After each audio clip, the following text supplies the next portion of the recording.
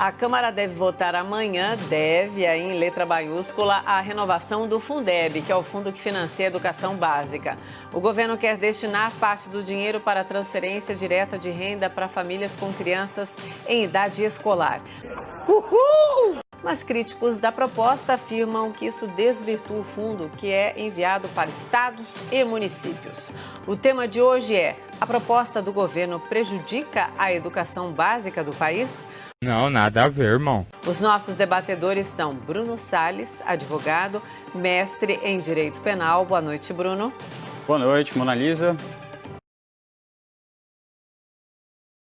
E Caio Coppola, bacharel em Direito, comentarista político. Boa noite, Caio. Boa noite, Mona Lisa. Boa noite, doutor Bruno. Boa noite, espectador da CNN.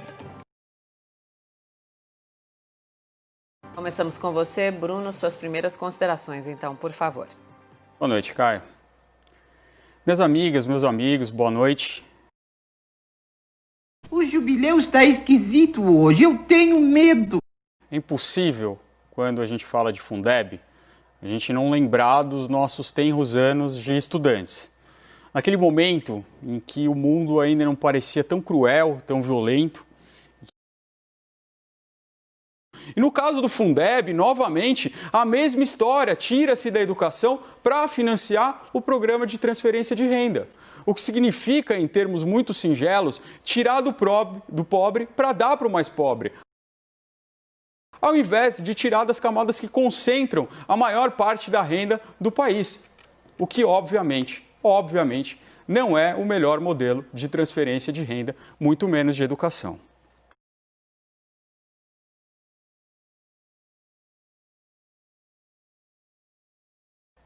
Caio, suas primeiras considerações, então, por favor. Claro. Bom, essa polêmica aí sobre o novo Fundeb, ela é artificialmente inflada e não resiste à realidade dos fatos. E seja pela militância escancarada no parlamento ou pela militância velada na imprensa, não é a primeira vez que a oposição sequestra a pauta da educação com o objetivo político de desgastar o governo federal, como se a presidência da República e os seus ministérios não se importassem com a questão do ensino público. Por isso, eu gostaria de iniciar esses argumentos refrescando um pouco a memória do espectador da CNN. Em maio de 2019, a esquerda tocou aí o seu berrante e levou milhares de inocentes úteis a uma manifestação construída com base em narrativas falaciosas e omissão de dados. O fato gerador, por assim dizer, da indignação de toda aquela massa de manobra que foi às ruas era um suposto corte de 30% nas verbas das universidades federais. Essa informação, ou melhor, essa desinformação, estava registrada em letras garrafais nas manchetes dos maiores jornais do país. Ocorre que nunca houve anúncio de corte de verbas, mas sim de contingenciamento. E são conceitos completamente distintos. O corte, ele exclui a despesa do orçamento. Já o contingenciamento, ele mantém a despesa, mas suspende o pagamento temporariamente. E o contingenciamento de 30%, ele não se dava sobre a verba total repassada para as universidades, nem afetava salários, aposentadorias e pensões. Era um contingenciamento de 30%, sim, sobre as verbas discricionárias, ou seja, aqueles recursos livres para custeio e investimento utilizados pelos reitores na gestão das universidades públicas. E as tais verbas discricionárias, elas correspondiam apenas a 12% do orçamento total das instituições federais de ensino superior. E é só fazer conta. 12% de 30% dá 3,6% da despesa total. Mas alguém acha que 3% é um contingenciamento tão drástico a ponto de levar dezenas e dezenas de milhares de jovens ingênuos e idealistas para as ruas? Claro que não. É por isso que proliferavam aquelas manchetes do tipo: governo anuncia corte de 30% em universidades. Mentira! Era mentira! E pior, em 2015, que é o primeiro ano do segundo mandato daquele desastrado governo Dilma Rousseff, houve um contingenciamento muito maior que totalizou aqui 10 bilhões e 500 milhões de reais. Da mesma forma, em 2016, os bloqueios excederam 4 bilhões.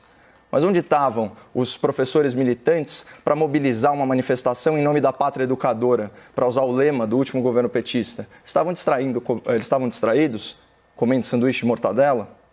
É importante resgatar esse passado recente, porque essa nova controvérsia em relação ao Fundeb, ela também se sustenta em desinformação e construção de narrativa. E também é motivada por questões políticas menores e não por uma preocupação genuína com a educação do jovem brasileiro. Ao longo do debate, eu pretendo defender a pertinência técnica da contraproposta do governo, que destina parte dos recursos desse Fundo da Educação Básica para as famílias com filhos em idade de frequentar a creche. Mas eu já adianto alguns fatos preliminares que embasam a minha opinião favorável a essa alteração no Fundeb. Então vamos lá. Primeiro fato, não há cortes nem contingenciamentos na proposta do governo. O que está em discussão é o tamanho do aumento do repasse, a data de início dessa complementação, a implementação gradual desse acréscimo e a destinação de toda essa verba extra, uma verba bilionária. Segundo fato, o governo quer que o aumento do Fundeb seja pago diretamente nas mãos das famílias de baixa renda e priorizando os municípios mais pobres do Brasil. Cada unidade familiar com filhos até 3 anos receberia R$ 250 mensais que só poderiam ser investidos na contratação de serviços de creche. É quase como um vale creche aí numa linguagem mais coloquial. Terceiro fato, para variar, o Brasil não cumpre a meta do PNE, que é o Plano Nacional de Educação, segundo a qual 50% das crianças de 0 a 3 anos já deveriam estar na creche. Os dados mais atualizados que eu pesquisei, que são de 2018, mostram que apenas 36% das crianças brasileiras usufruem desse serviço. É um absurdo. Portanto, a medida proposta pelo governo está de acordo com a meta do PNE e chega a ser absurdo questionar que aumentar o número de crianças assistidas pelo Estado na primeira infância não é um investimento em educação. E para fechar, um quarto fato. Todos nós, tenho certeza que o doutor me apoia nisso, somos a favor de maiores investimentos na educação, especialmente na educação básica, incluindo a necessária valorização da carreira do magistério. Mas num contexto de paralisação econômica, com déficit primário estimado em mais de 700 bilhões de reais, chega a ser irresponsável aumentar investimentos sem garantir a origem desses fundos. Então, estabelecidas aí essas premissas, que são fundadas em fatos incontroversos, a gente pode e deve debater qualquer política pública relacionada à educação e é um ótimo sinal que essa seja a pauta de abertura essa semana no grande debate. Glória a Deus. Vamos então ao debate. Bruno e Caio, por favor. Muito interessante sua introdução, Caio. No entanto, obrigado, doutor. A gente tem que se fixar no que o Fundeb implica no Brasil. E o Fundeb, ele não lida com o ensino superior.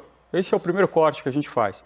Então, eu vou deixar completamente de lado a questão do contingenciamento, se foi contingenciamento ou corte, e se 3% na conta feita é algo pequeno ou é algo grande. E eu já adianto, nem R$1 a gente teria que tirar da educação, principalmente do ensino superior. Vamos lembrar que o Fundeb foi criado em 2007, com prazo de validade até 2020. Então, em dezembro de 2020, a gente não tem mais o Fundeb. E se propõe a recriação somente em 2022, sem uma proposta concreta para esse ato, o que foi chamado de um verdadeiro apagão da educação. Sim. E nós voltaremos isso mais à frente. Bom, doutor, eu quis aqui, eu não sei se eu fui muito claro, mas eu quis estabelecer uma analogia de natureza política, principalmente sobre a narrativa dos fatos e como os fatos são passados para o público. Então, o que eu ouvi muita gente falando? Primeiro, que se tratava de cortes ao Fundeb, quando na verdade o que se discute é o tamanho do aumento, né? Na verdade, o tamanho do aporte extra que a União coloca nesse fundo, que é maiormente composto aí pelas verbas, pelos impostos, né, arrecadados por estados e municípios. Atualmente, a União participa com 10%, a ideia do projeto é que ele fosse para 20%, o governo defende, por uma questão de responsabilidade fiscal, que ele vá para 15% e esse aumento seja gradual e não imposto a partir do ano que vem, ou seja, 2021. Ele quer que isso entre a partir de 2022. Então, perceba como a discussão fica muito mais madura quando a gente esclarece esses fatos. Então, em primeiro lugar, ninguém está falando em nenhum corte, tá? Ninguém está falando em nenhuma redução de investimento. Eu também acho que é um medo injustificado, né, o tal do apagão na educação, né, se nós considerarmos que o próprio Ministério da Economia já se manifestou no sentido de que quer manter as regras atuais de financiamento para 2020. E a gente não está falando de pouco dinheiro, tá, pessoal? É uma verba na faixa aí de 16 bilhões de reais. Então, os 5% a mais que entrariam a partir de 2022 pela proposta do governo, né, correspondem aí a 8 bilhões de reais. É bastante coisa. Ainda é insuficiente e esse vai ser o denominador comum no debate, né? Tanto eu como o doutor, nós queremos sim mais investimentos em educação. Agora, é importante a gente falar também do ensino superior, que como bem colocou o Bruno, tem uma qualidade muito melhor que o ensino básico público aqui no Brasil, pelo simples fato de que nós vivemos uma situação de recursos escassos. Mas como eu já me alonguei aqui nessa contra-argumentação, eu vou passar a palavra aí para o Bruno e depois eu complemento. Então vamos lá. Como que surgiu essa contraproposta do governo? E acho que isso é muito importante para a gente entender essa questão que você vem chamando de política. O Fundeb vem sendo discutido, esse novo Fundeb, como eu disse, o Fundeb vai acabar no final do ano e precisa de algo no seu lugar. Esse novo Fundeb vem sendo discutido há pelo menos 5 anos. E o excelentíssimo presidente da República, Jair Bolsonaro, estava no parlamento antes de ser presidente da República. São setores ligados à educação do parlamento que vem discutindo isso com seriedade há muito tempo e que ficaram chocados com essa proposta aos 45 do segundo tempo e com esse pedido de retirada de pauta dessa importantíssima proposta de emenda constitucional. Bom, eu acho assim, claro que esse tipo de discussão, isso já foi muito criticado aqui no debate, a celeridade como o vício do processo legislativo, ou seja, aquela história de aproveitar uma situação emergencial de pandemia para passar legislação importante, inclusive legislação tributária, né, a gente tratou disso, de forma assodada, de forma precipitada, e aqui fica a nossa crítica. Ocorre que, embora essa seja uma discussão de muitos anos, o impacto orçamentário, como a gente bem colocou, é muito grande. A gente está falando aí de 16 bilhões de reais anuais a mais aportados pela União. E o que mudou de 5 anos para cá? Simples, Covid-19. Essa não era a realidade há 5 anos, não era a realidade há 1 ano. Essa é uma realidade atual, de poucos meses. Isso muda todo o cenário. Por quê? O que valia antes não vale mais. A gente não vive falando aqui do novo normal? Então, a questão de desemprego, queda de arrecadação, vamos lembrar que é a responsabilidade do governo federal, por determinação de um legislativo muito leniente, com irresponsabilidade fiscal, né? É de responsabilidade do Caixa do governo federal cobrir a queda de arrecadação de ICMS e ISS dos estados e prefeituras.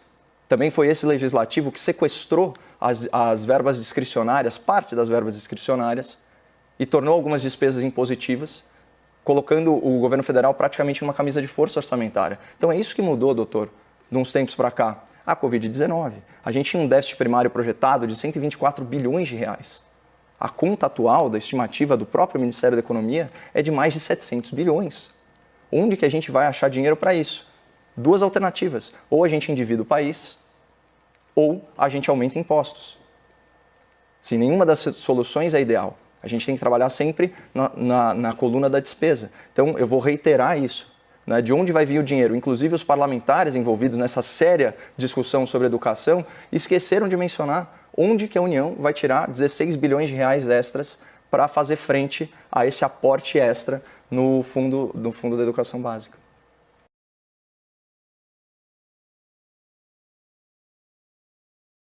É bem interessante que, na verdade, no parlamento foi sim pensado a questão do Covid. Sim. E, inclusive, houve uma alteração na projeção de aumento da contribuição da União de 30 para 20, o Fundeb. Né?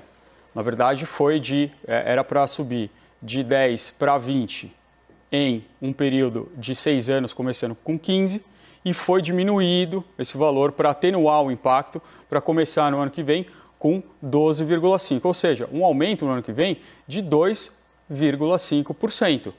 Você falou no começo que 3% não era nada. Imagino que 2,5% seja menos. Então, não dá para dizer que essa bancada essa bancada da educação, vou chamar assim, esse grupo de parlamentares de vários espectros ideológicos e políticos, que eles não estão preocupados, que eles estão agindo de uma maneira irresponsável. Mas ela quer passar isso direto para as pessoas, para os beneficiários. Qual é o problema disso? Isso é um desvio de função. Isso é uma tentativa de burlar o teto de gastos. Não, nada a ver, irmão. Isso pode ser enquadrado em uma tentativa de burlar a lei de responsabilidade fiscal. Ora, Sim. Como falar de um governo desastroso, de um governo que acabou sendo impedido, e eu tenho certeza que o Caio tem certeza de que foi um impedimento legítimo por conta de pedaladas fiscais, e ver essa manobra como sem nenhum problema. Eu não consigo entender. Eu realmente não consigo.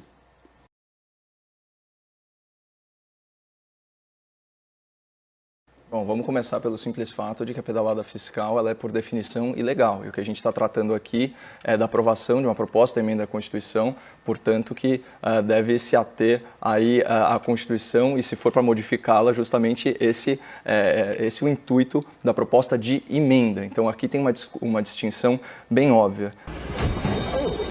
Eu esqueci de pontuar na minha fala anterior sobre o Partido Democratas, que você disse que não é de esquerda, e certamente não é, mas é um partido que compõe o centro político, e compõe o centro político desalinhado com o governo federal. Basta lembrar que a principal liderança do DEM hoje em dia é o senhor Rodrigo Maia.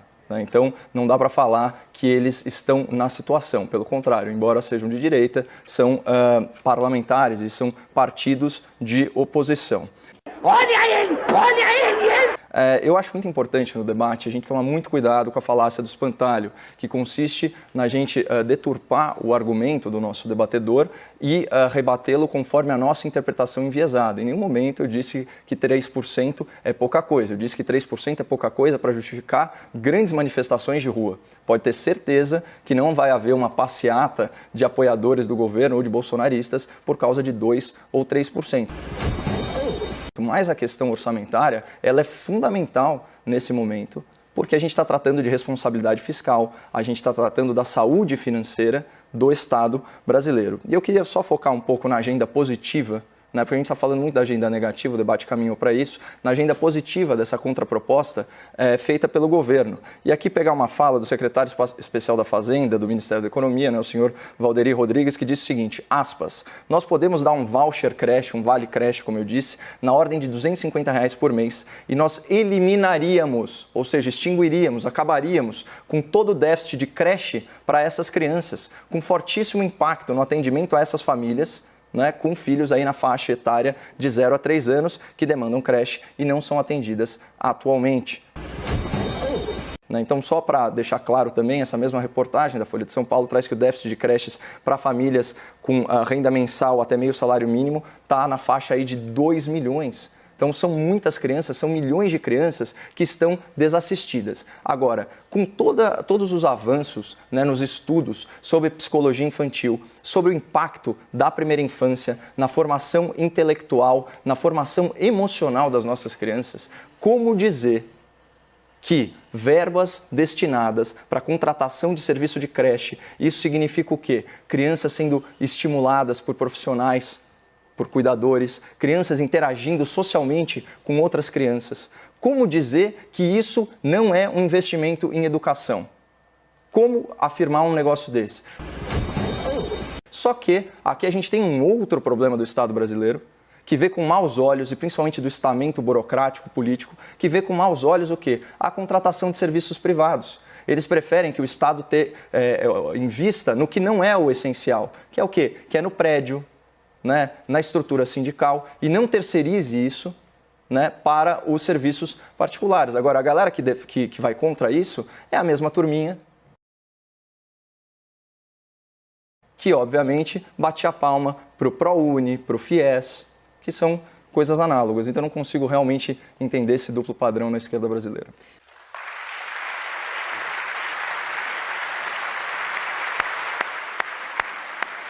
Vamos então para os argumentos finais. Estaria para começar com você, Caio. Quer tomar água e começar com o Bruno? Vamos lá, não? Posso fazer? Então vamos lá. Já aproveitando aí esse meu último argumento da rede privada, porque essa não foi a primeira iniciativa do Ministério da Economia no sentido de dar protagonismo para a rede privada no país. Né? Então, a gente sabe que a Constituição tem alguns mecanismos que falam aí do investimento, principalmente em áreas pauperizadas, em áreas em que existe déficit educacional. Agora, o nosso Estado ele é extremamente engessado, inclusive do ponto de vista de gestão de pessoas. A carreira do magistério ela tem que ser valorizada. Agora, a valorização da carreira não pode incluir um conceito arcaico como é a questão da estabilidade do emprego.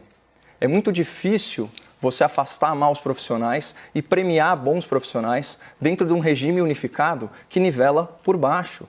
Aí a gente tem absurdos, como por exemplo um dado de 2017, né, sobre a rede pública aqui de São Paulo, que em média os professores da rede, isso juntando municipal e estadual, faltam 30 dias por ano, o que é equivalente a 15% da carga. Vocês conseguem imaginar esse cenário no setor privado? E vocês acham que isso não impacta a qualidade de ensino do estudante de escola pública? É claro que sim. Então, está na hora, já passou da hora da gente trazer um pouco mais da lógica do setor privado para o ensino público. Uhul! Bruno, seus argumentos finais, por favor. Olha, eu particularmente não tenho nada contra o setor privado, nem contra a livre iniciativa. Inclusive, o Fundeb também não.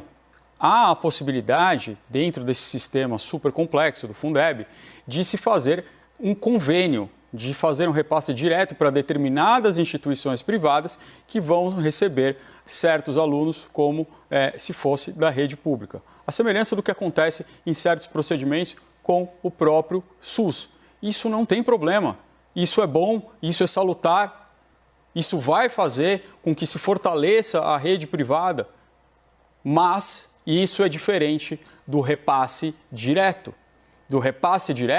E veja só, nessa proposta não era um repasse direto vinculado, era um repasse direto que poderia ser utilizado inclusive para o pagamento de creches. Inclusive, uma das hipóteses, o pagamento de voucher para a utilização desse voucher para o ensino infantil. Sim. Então, talvez possa ser um problema da redação, talvez possa ser a minuta que circulou, que não estava bem escrita, mas isso é extremamente diferente do que se propôs. E por fim, Caio, já que você trouxe essa questão do funcionalismo público, talvez um dos pontos mais gritantes dessa contraproposta seja a troca do piso de 70% de utilização do Fundeb para pagamento de professores, para transformar isso num teto. Essa é uma diferença gritante que só vai servir para precarizar o ensino no Brasil, porque o coração de qualquer escola, o coração pulsante da educação no Brasil são os professores e eles não podem ser precarizados. E essa proposta faz isso. Não, nada a ver, irmão. Obrigada, Bruno. Boa noite. Obrigada, Caio. Boa noite. Boa noite, Mona Lisa. Boa noite, Moniz. Agora, boa noite para o meu parceiro que está longe de mim, em Brasília, mas conectados na informação. Cadê Caio Junqueira? Chegou ao fim, começando a semana cheio de informação e amanhã eu espero mais informação de você e apuração, já que você está pertinho da fonte, Caio. Isso aí, Mona Lisa. Amanhã a gente está de volta aqui, 18h30 às 21h30. Eu aqui de Brasília, você aí de São Paulo, aqui no Expresso CNN. Boa noite a todos. Ótima noite para todos, mas mesmo aí o slogan fica na sua boca, que eu disse que eu já acostumei e eu gosto assim. Então vamos lá. Inconfundível. Isso, até amanhã.